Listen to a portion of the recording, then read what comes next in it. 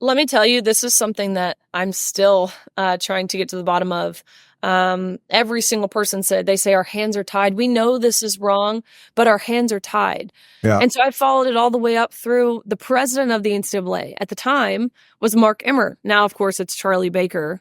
Don't even get me started there. It was Mark Emmert at the time who publicly, in the days following this national championships and the public outrage that this meet received, he released a statement saying he unequivocally stood in his decision to allow Lia Thomas to swim with the women because it's based in evolving science, is what he said. And so I see him. I see Mark Emmert at this conference where they're announcing the NCAA Woman of the Year, which is the most prestigious honor for collegiate female athletes. It's something that encompasses not just your athletic success, but your academics and your service and your leadership skills. Basically a very well-rounded person. And so each school gets one nominee across all of their female athletes. And so I was chosen as the University of Kentucky's nominee, which was like the most humbling thing ever. We had the #1 WNBA draft pick in Abby Steiner, who's breaking world records in track and field, and the national championship volleyball team. But they chose me. And so very honored by this until a full list of nominees for NCAA Woman of the Year came out. And of course, it was not exclusive to just women because Lia Thomas was the University of Pennsylvania's nominee. But nonetheless, I go to this conference. I see Mark Emmert. I'm like, there's no way he's escaping. And so I approach him, and to which he says to me,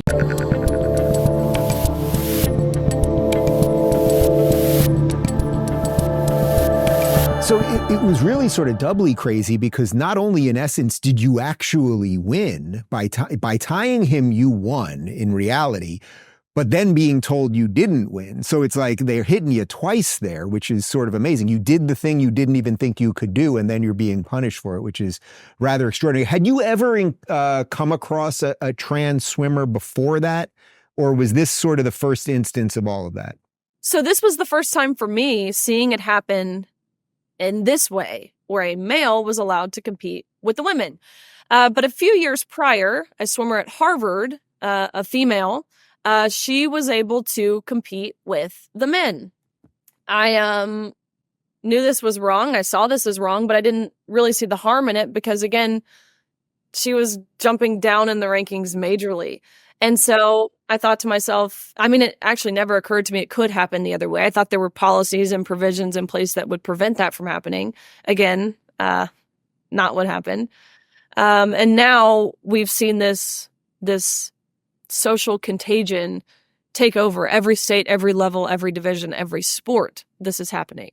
But I hadn't seen it happen the other way. And I'll say one other thing at this meet, which was unique, which naturally the media has done a terrible job of covering, was we had another athlete who was transitioning there.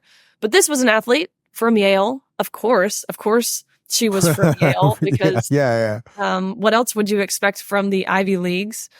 But by the name of Izzy, who began to identify as Isaac. So again, keep up if you can, a female identifying as a man who we were told we fully had to treat as a man. I mean, we had to go to sensitivity training to learn how to use he, him pronouns and she, her pronouns so we could accommodate both of these individuals who identified as trans. And so, Dave, just for optics purposes here, okay, it's the finals of the 100 freestyle, top 8 women in the entire country. And you've got a 6'4" man in a women's swimsuit with a bulge next to a woman wearing only a Speedo, nothing covering her top. I'm sitting there looking at this. And we mentioned this on the panel with Sage Steele, but really, again, the reality of the situation, I'm looking at this and I'm like, no, this is a South Park episode.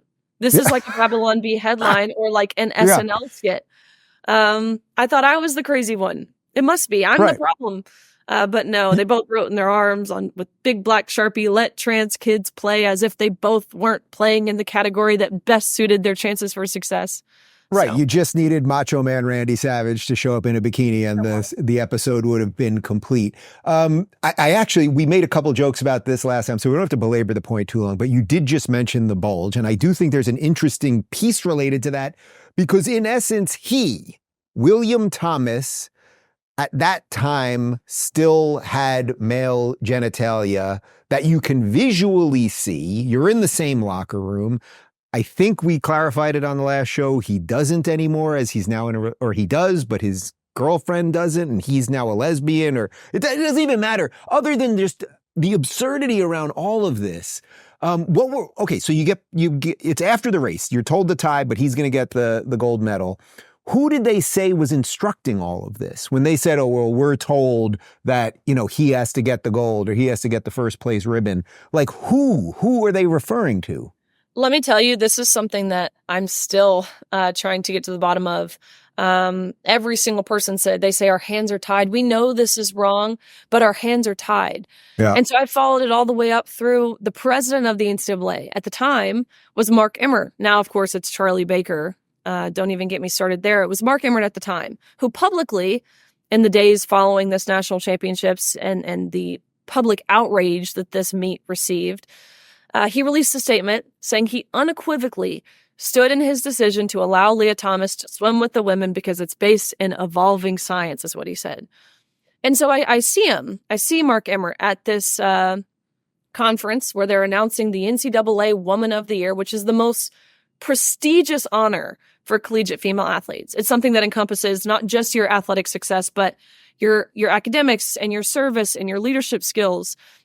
Basically a very well-rounded person. And so each school gets one nominee across all of their female athletes. And so I was chosen as the University of Kentucky's nominee, which I was like the most humbling thing ever. We had the number 1 WNBA draft pick in Abby Steiner, who's breaking world records in track and field, and a national championship volleyball team. But they chose me. And so very honored by this until a full list of nominees for NCAA Woman of the Year came out.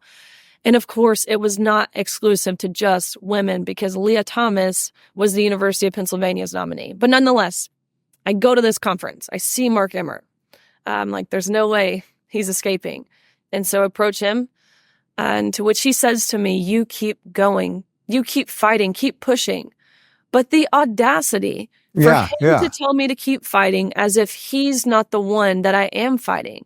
Again, don't forget, he released that public statement saying he fully supported this and asking him, why do you say that but act this way?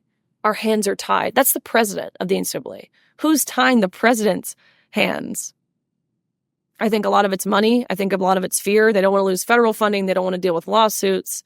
Whether it's corporate America, academia, what have you. They don't follow red or blue. They follow green. That's been very obvious, right? You look at Bud Light, you look at Target, you look at Planet Fitness, whatever these companies are that are tanking because of how they have embraced this DEI nonsense. They end up in some way, shape, or form reversing course or attempting to. So can you talk a little bit about how your parents felt about all this and family and friends that were watching you? And, we've now seen a couple videos since you've been so outspoken about this, where some of the audience at these, it's usually in swimming matches, are kind of turning on these men swimmers pretending to be girls. We're seeing a little bit of that now, but again, you were at the forefront of this. What was it like just for your family? And then when you realized that it was going to be much bigger than what you just did sort of in the pool, and that it was going to become this cultural touchstone? So my dad, he's an SEC Hall of Famer. He played football. He played in the NFL. So he's a big guy, right? Well, he used to be muscular. I think he's kind of just fat now. Yeah. But when I told my dad about specifically the locker room, we didn't know he was going to be in our locker room until we quite literally were undressing next to this naked man, until we were non-consensually exploited in the way that the NCAA had allowed for. And so I called my dad immediately. The meet was at Georgia Tech. My parents, of course, were there watching. And so I call him and I say, Dad, he's in our locker room. To which my dad said, Riley, come open this little side door. I'm coming down there and I'm going to handle this myself. To which I had to say, Dad, we already have one man in the locker room. We don't need to. And you'll go to jail. And that that is where he would be right now, in an orange jumpsuit. And so but honestly, that was a large part in me speaking out, is because I didn't want my dad to go to jail. But I'm so fortunate to have such amazing parents who who raised me to think for myself, to call out an injustice when I see it. They gave me a strong and firm faith foundation, which is a large part in being able to do what I do with a smile on my face, because the battle has already been won. And that's the most beautiful thing about all of this. And a lot of that, actually all of that, is certainly instilled from my parents. If you're looking for more honest and thoughtful conversations about politics instead of nonstop screaming, check out our politics playlist. And if you want to watch full interviews on a variety of topics, watch our full episode playlist, all right over here. And to get notified of all future videos, be sure to subscribe and click the notification bell.